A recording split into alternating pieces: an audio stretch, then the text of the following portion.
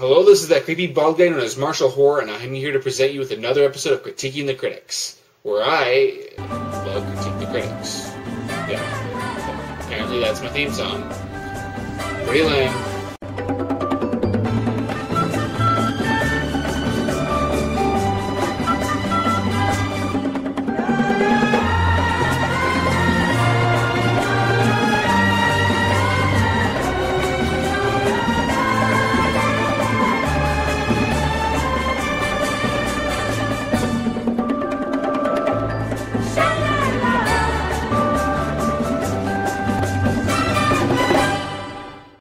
Today's subject, vaulting.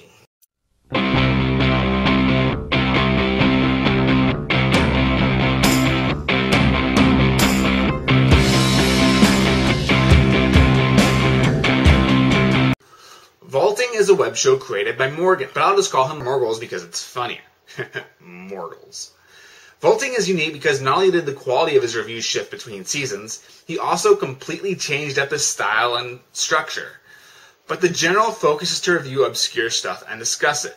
Obscure stuff, like Barney, The Addams Family, and A Nightmare on Elm Street Part 2, but more onto that later. And by later, I mean the next episode. Morgles personally asked me to stress more on Season 2 more than Season 1, because of the obvious difference in quality. So naturally, being the nice guy that I am, I decided to dedicate a whole episode to Season 1. Season 2 and up will be for next week's episode. The focus is the information. Today's topic is the one, the only, Max Headroom. Now, for those who don't know, he originated on the Britain's Channel 4, which is Channel 4.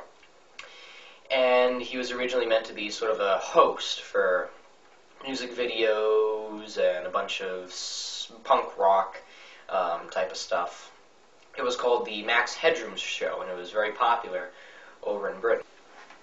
Seeing how computer technology in the mid-'80s was not really heavily advanced at the time for doing a full-motion computer-generated image, what they instead did was take an actor, I think his name was Matt Fewer, and they put him in a latex and foam prosthetic makeup with a fiberglass suit. I did learn plenty of new things from him. The problem is that it feels very much like he's getting most of his info from Wikipedia, which he is blatantly reading from in at least one episode. So, he's well-spoken, and his critiquing is okay. I stress to you that for Season 1, he was mainly interested in just giving out the information to tell you about what's being reviewed.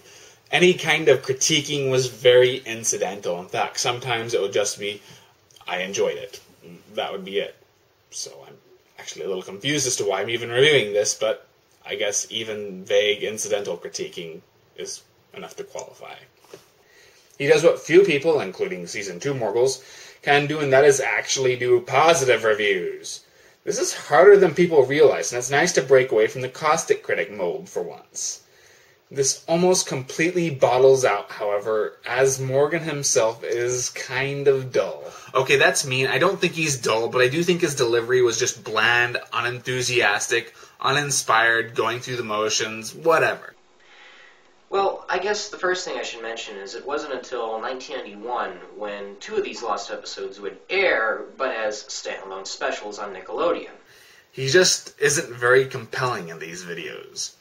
He doesn't seem to care about what he's saying, which is probably because he doesn't script his reviews. I stress this to you, Morgles. Start scripting. It's bad enough when you're a comedian doing this, but when you're focusing on information, scripting is a priority. You're less likely to make mistakes like this.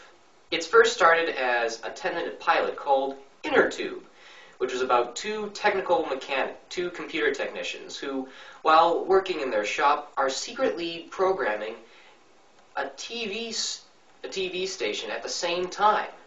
The pacing will be significantly tighter, and you can put emphasis on what you're saying instead of thinking about what to say. After this, there is no real humor, and the technicals are just okay at best. The audio is passable, although you could sometimes hear static in the background. The video is just plain murky, and Morgles is sometimes too far away from the camera, making everything feel even more distant. The editing is pretty choppy, too. What is this?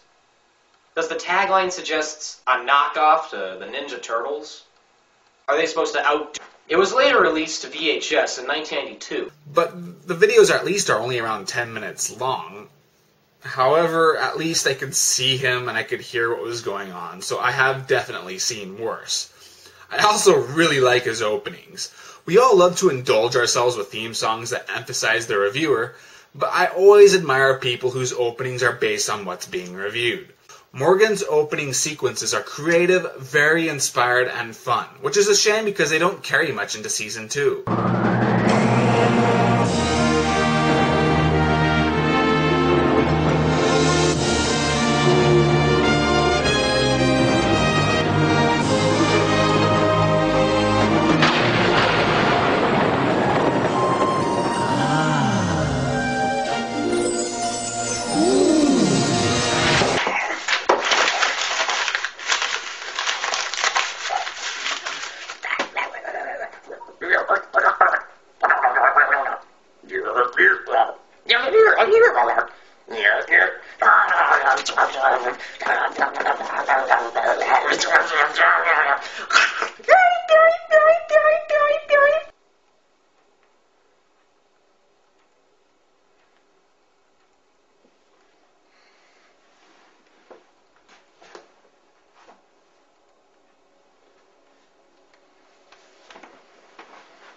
So in the long run, while there was some decent info, I wouldn't really call his reviews informative. They certainly are entertaining, but they aren't really abnormally awful either.